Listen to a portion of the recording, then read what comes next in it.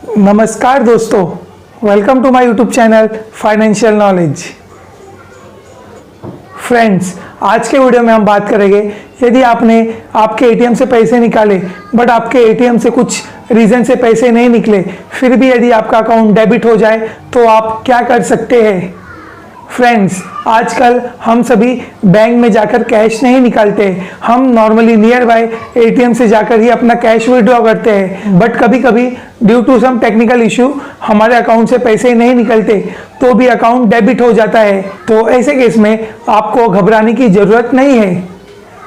RBI के rules के हिसाब से यदि आप एटीएम में कैश निकालने जाते हो और यदि आपके पैसे नहीं निकलते बट तो भी ट्रांजैक्शन फेल होने के कारण आपके अकाउंट से पैसे डेबिट हो जाते हैं, तो ऐसे केस में आपको बैंक में कंप्लेन करना पड़ेगा और आपके कंप्लेन करने के 7 दिन के अंदर ही बैंक को आपको आपके पैसे देने होते हैं। यदि आपके कंप्लेन के 7 दिन के अंदर यदि बैंक आपके पैसे वापस नहीं करती तो ऐसे केस में बैंक को आपको हर्जाना देना होगा। मैक्सिमम केसेस में यदि आप एटीएम में पैसे निकालने जाते हैं और ट्रांजैक्शन फेल होने के कारण पैसे नहीं निकलते तो भी आपके अकाउंट से डेबिट हो जाते हैं, तो ऐसे केस में कुछ समय में ही वह पैसे ऑटोमेटिकली क्रेडिट हो जाते हैं। बट यदि पैसे आपके अकाउंट में क्रेडिट नहीं हुए और आपने कंप्लेन कर दी है तो ऐसे केस में बैंक को 7 डेज के अंदर तो आपका कंप्लेंट रिजॉल्व करना ही पड़ेगा। यदि बैंक 7 डेज के अंदर आपके पैसे रिटर्न नहीं करती तो ऐसे केस में बैंक को आपको 100 रुपये के हिसाब से पर डे का हर्जाना देना होगा।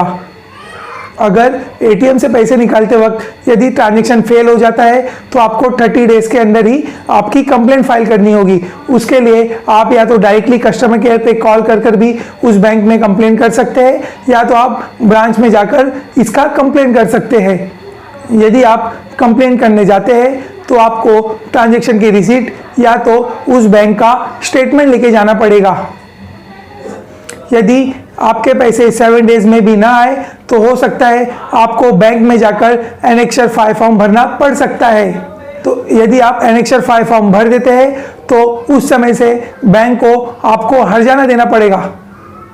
और वही दूसरी तरफ यदि आपका डिजिटल ट्रांजैक्शन के दौरान ट्रांजैक्शन फेल हो जाता है तो ऐसे केस में आप यूपीआई एप्लीकेशन के थ्रू कंप्लेन कर सकते हैं। उसके लिए आपको यूपीआई एप्लीकेशन में जाकर आपके पेमेंट हिस्ट्री पर जाकर क्लिक करना होगा और रेज डिस्प्यूट पर क्लिक करना होगा और जहां आप उसकी शिकायत कर सकते हैं। और जैसे ही आप कंप्लेन कर देते हैं उसके बाद बैंक उसकी जांच करेगा। यदि आपका कंप्लेन वैलिड होगा तो आपके अकाउंट में पैसे ऑटोमेटिकली क्रेडिट हो जाएंगे। फ्रेंड्स, आई होप आपको आज का यह वीडियो पसंद आया होगा। यदि आपको आज का यह वीडियो पसंद आया तो लाइक, शेयर एंड सब्सक्राइब करना ना भूलिए। धन्यवाद।